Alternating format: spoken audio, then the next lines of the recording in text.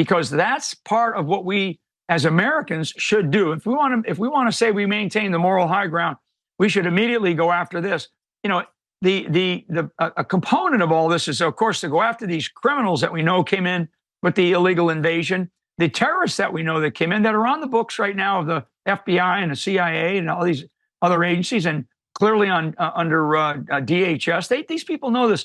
And we have people inside the government right now, some of whom are whistleblowers who are ready to go to work for us. And there's others that I know that are in the government that have been crushed when they have risen their heads to talk about this kind of stuff. As you said, go after the serious criminal gangs so the public sees it's the right thing to do and that Trump's protecting them. It legitimizes everything else he's doing. That's the right thing to do.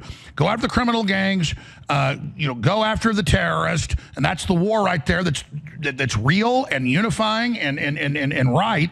People totally get behind him. Then the human trafficking at the same time, which goes right to the Democrats and the NGOs, and then that is the domino that's the right thing to do as well, that brings them all down. And I think people need to understand that the NGOs, there's a lot of churches, a lot of faith-based organizations that are involved in this kind of stuff. So this has got to be one of these, I don't use the word ruthless, but there's got to be a ruthlessness to the campaign that this undertakes, because some of these NGOs are directly involved, and we know exactly who they are. Some of these are faith-based organizations that hide behind that, and we know exactly who they are.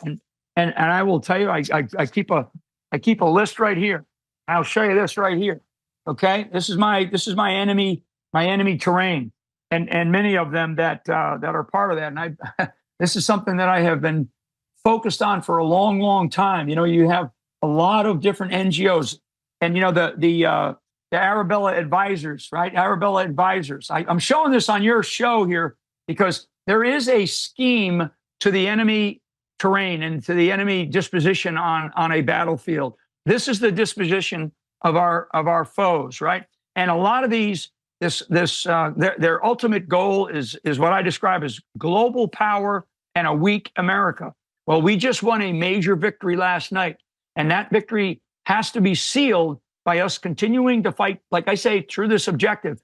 And on this map are a series of non-governmental organizations, a number of faith-based organizations that are directly involved in the illegal invasion that this country has been experiencing, even going back to Obama, but clearly during the last 3.5 years under the Biden-Harris administration. And I'm telling you, these exist. We know where they are. We know exactly how they operate. And we need to go after every single one of these and dismantle this formation. We have to dismantle a lot of this. I mean, this is a George Soros construction, okay? A construction type of organization. And what they've done is they've created for-profit organizations, and then under them they have these nonprofit organizations, and then they have these non-governmental organizations that tie directly into the U.S. government and get grants. I mean, to the tune of millions and millions of dollars of U.S. taxpayer money to be able to go and do these kinds of tasks that we're talking about right now. Some of the NGOs get billions.